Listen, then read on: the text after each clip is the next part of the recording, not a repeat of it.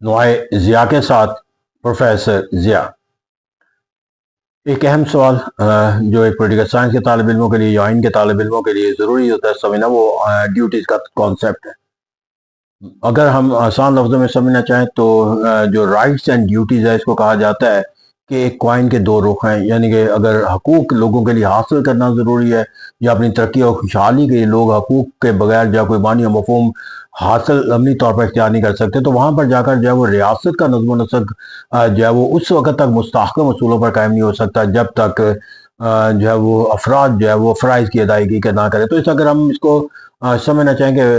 Duty کسے کہتے ہیں، تو بنیادی طور پر یہ ہے کہ اگر حقوق فرد کا مطالبہ ہے کسی ریاست سے یا حکومت سے، جب وہ حکومت اس کو تسلیم کر لے اور آئین میں درج کر دے تو وہ فنڈامنٹل رائٹس بن جاتا ہے۔ تو اسی طرح جب کوئی ریاست اپنے شہریوں سے اپنی ترقی و خوشحالی یا اپنے دفاع کے لیے کوئی ایک مطالبہ کرے اور لوگ ان مطالبے کو پورا کرنے کے پابند ہو جائیں اور آئینی طور پر وہ پابند ہو جائیں، تو ہم اس کو اس کے فرائض کا نام دیتے ہیں۔ تو اس طرح کہتے ہیں حقوق اور فرائض جو ہے وہ لازم و ملزوم ہے، اور ایک ریاست کے اندر جا کر اگر ہم ریاست کے اندر جو افراد کے فرائض ہیں اس کا اگر ہم جائزہ لینا چاہیں، تو سب سے اہم جو فرض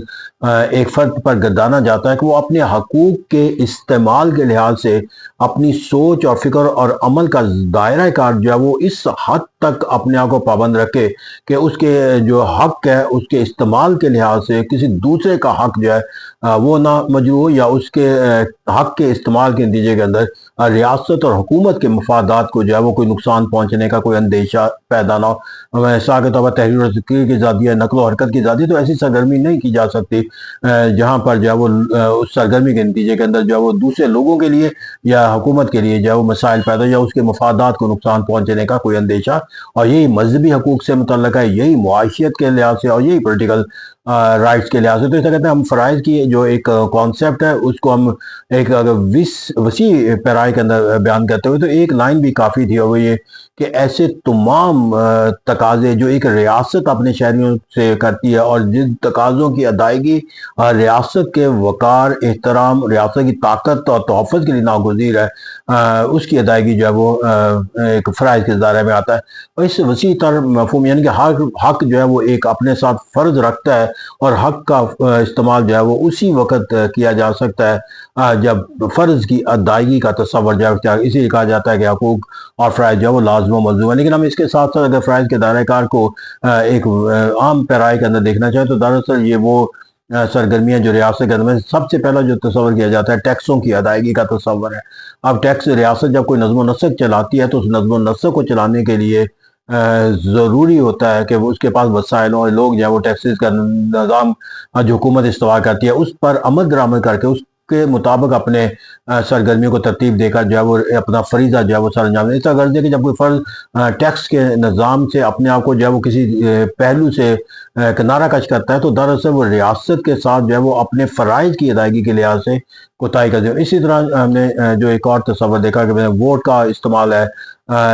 یا جلسے جلوس کا استعمال ہے، تو یہ تمام عمل جو ہے وہ اس کا حق ہے، لیکن اس کے ساتھ فرض یہ عائد ہو جاتا ہے کہ وہ اپنے ان تمام سرگرمیوں کے حقوق کا استعمال کرے کہ جب وہ اس سے یعنی کہ ریاست کے مفادات کا تحفظ۔ تو جب ہم کسی نیپوٹزم کے ذریعے یا کسی فیورٹزم کے ذریعے یا کسی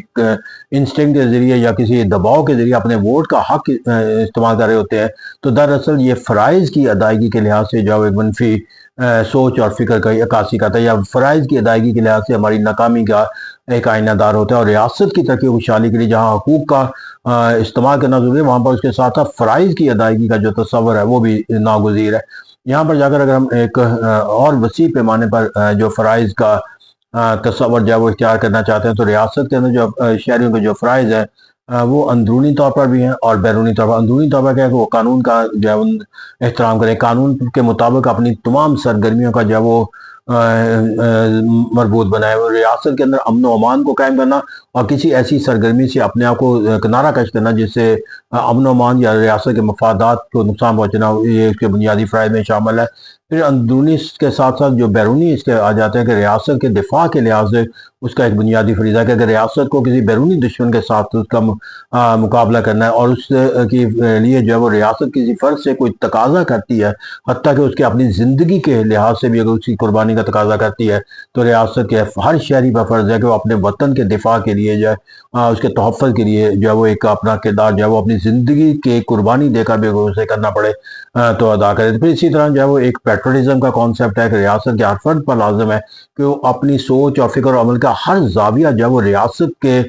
ساتھ اپنی وابستگی کے لحاظ سے اتنا مستحکم رکھے کہ اس کے کسی عمل اور پہلو کو جو ہے وہ ریاست کے سوچ اور فکر یا مفادات کے خلاف نہ گردانا جانے۔ تو ریاست کے ساتھ وابستگی، جس کو ہم پیٹرولزم کہتے ہیں، جذبہ حب الوطنی کہتے ہیں، یہ بھی ایک بنیادی فریضہ ہے۔ تو اس طرح کہتے ہیں آج کے جو ریاست ہے اس کے اندر بنیادی طور پر جو ایک فلاحی ریاست کا بھی تصور ہے، اس کے اندر بھی بنیادی تصور یہی ہے کہ اگر لوگوں کے لیے ترقی و خوشحالی کے لیے حقوق کا تصور ناگزیر ہے تو اس کے ساتھ ریاست کی ترقی و خوشحالی کے لیے فرائض کی بہترین ادائیگی کا تصور جو ہے وہ ناگزیر، اور ایک بہترین ریاست، ایک امن و امان اور ترقی یافتہ ریاستیں وہی ہوتی ہے کہ جہاں پر ریاست کے اندر رہنے والے جو افراد ہیں وہ اپنے حقوق کے تصور کو حاصل کر کے اپنے فرائض کی ادائیگی کے لحاظ سے ایک بہترین نمونہ بنے۔ Thank you very much.